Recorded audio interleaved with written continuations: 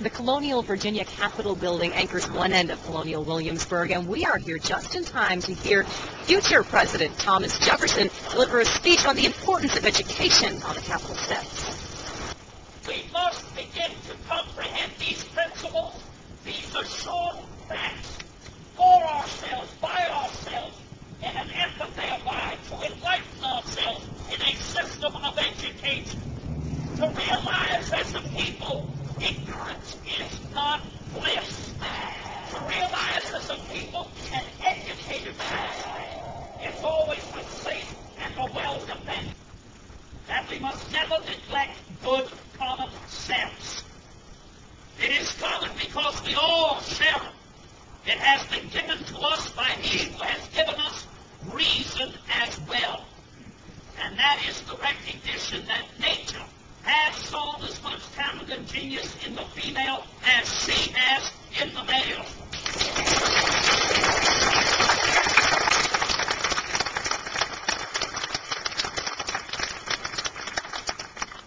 Remember, we do not argue with the king. If the king says jump, we don't say how high, we just start jumping, right? That is because God has given the king his right to rule. In the middle, Oni Swaki Mani Pas, basically that is King George's motto that says evil comes to those who speak evil of others. So which is kind of a cool coat of arms, don't you think? We just finished that wagon down below last week. It was about 6 months of work in this shop. We, of course, did all the woodworking, made, painted it, blacksmith and founded all the wrought iron work.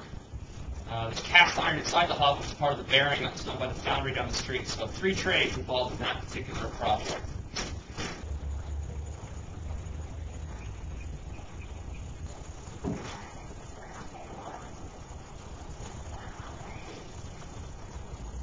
From here, so you can't ever tell what direction the wind is coming from.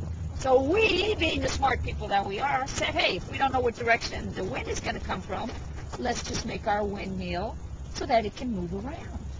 So look at it. See how it's got the big pole, a pivot in the middle, and see the wheel? There's the wheel on the side. On the side, you can see it. So we can move our windmill all the way around. Turns 360 degrees. We're going into the Peyton Randolph House. It is one of the original structures here in Williamsburg. It's said that he would have been the original president of the United States had he not died young.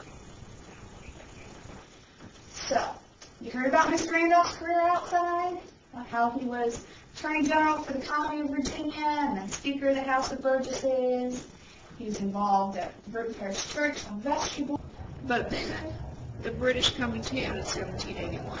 And so Mrs. Randolph can look out the window here. And when the British come to town and occupy Williamsburg, you don't have to find them. They found you. And when they come, they've got hundreds, thousands of slaves that have come up through the southern colonies attached to them. And you can see that. Those slaves are going to get their freedom. So now you're thinking about it again. So, no, Betty, you in here 7 days a week over that fire, over that stove behind you there. See your burners down there on the floor? Put some hot coals on the floor, put those burners over it. That's how you did your cooking.